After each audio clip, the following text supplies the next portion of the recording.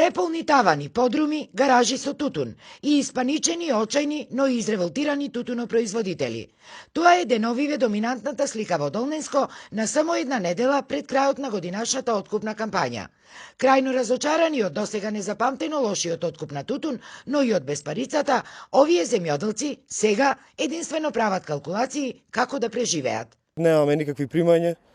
Имам завршено средно сручно тутунско училиште, работа нема нигде, сето си оди партиски, тоа е факт дека од друга инзистенција немаме. Па оваа година ќе намалам од 20 декари на 15 или 14 декари. Четворица сме заангажирани, значи денино и се бери, 3 деца малолетни имам и не знам што ќе се прави.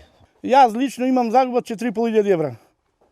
Оти со 2 евра веќе пониско ми се отзема.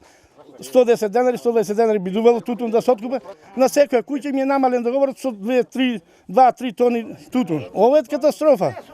Кој може да преживее ако остане тутун овака? Мислам дека ќе почнеме да умираме веќе, ради тоа што имаме и кредит за отплаќање и задолжени сме кон државата. И јас мислам дека е многу неразумно ова од страна на Министерството за земјоделие, министерот и премиерот на државата, како премиер што не води рачун за својот народ во државата. И нината моја ја гледам во странство. Само дај Боже да се пушта границиве, да можам да заминам во странство. Долненските тутунари се жалаат и на министерот Хоџа, кој како што велат, досега не дошол ниту еднаш за сам да се увери каква неправда и кражба им се правила на тутунарите.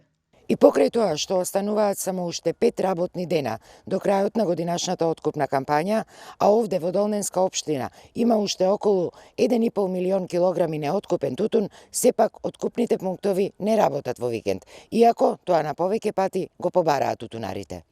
Заборавени и изиграни од државата, но и од постоечкиот сојуз на земјоделски здруженија, сега македонските тутунари велат дека спасот ќе го бараат во сопственото самоорганизирање во ново официјално тутунско здружение.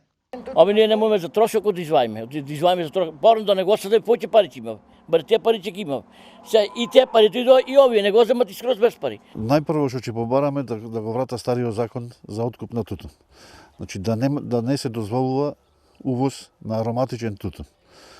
Ќе побараме до купување во шифри да не постои. Шифрата е индустријска класа за откупувачите. Инаку, Долненскиот регион со годишно производство од над 9 милиони килограми е најголемиот производител на тутун во земјава.